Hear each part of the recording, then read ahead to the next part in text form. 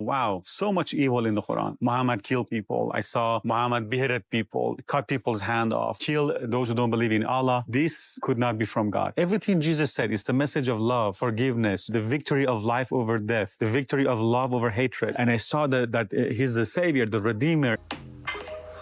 This video did really make me think, is Muhammad actually a violent person? I need to get to the bottom of this. Let's ask ChatGPT. Hey ChatGPT, I have a question. So today we're going to discuss a little bit about Prophet Muhammad. So I want you to reference the Quran and the Hadiths. So the first question is, did Prophet Muhammad ever personally kill anyone?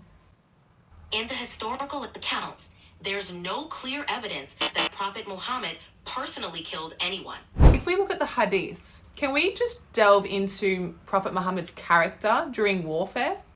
Certainly. In the Hadiths, Prophet Muhammad is portrayed as a compassionate and merciful leader during warfare. He emphasized ethical conduct, prohibited harm to non-combatants, and encouraged humane treatment of prisoners. After victories, he would often express sadness, saying, "Do they not know what is better for them?"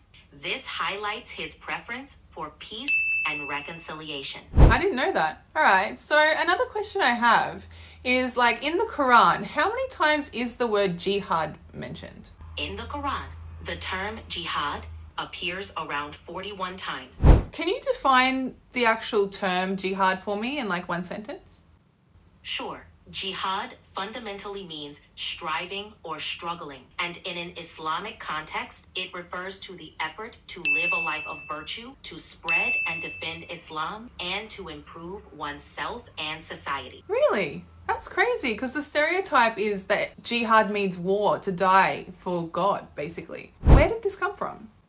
The stereotype that jihad means dying for God likely stems from a misunderstanding and misrepresentation of the term, especially in the media and popular culture. Hang on a minute. So if that's the case, in the Quran, how many times is the word jihad actually used for like physical violence and in wartime?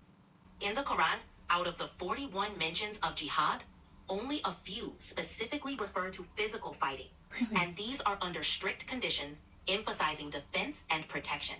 The majority of references focus on the broader concept of striving in the path of God, which includes personal and spiritual efforts.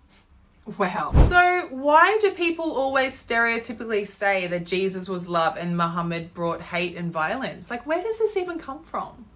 The stereotype stems from selective interpretations and misunderstandings of religious texts. Where did this misinterpretation come from? Muhammad's role as a leader involved guiding a community in both spiritual and worldly matters. His life encompassed a broader scope, including governance and conflict, as he sought to establish a just society based on divine guidance.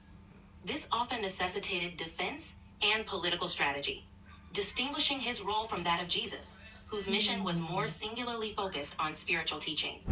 Okay, thank you so much, ChatGPT. I think I got a lot of clarity from that, and hopefully you guys understood that as well.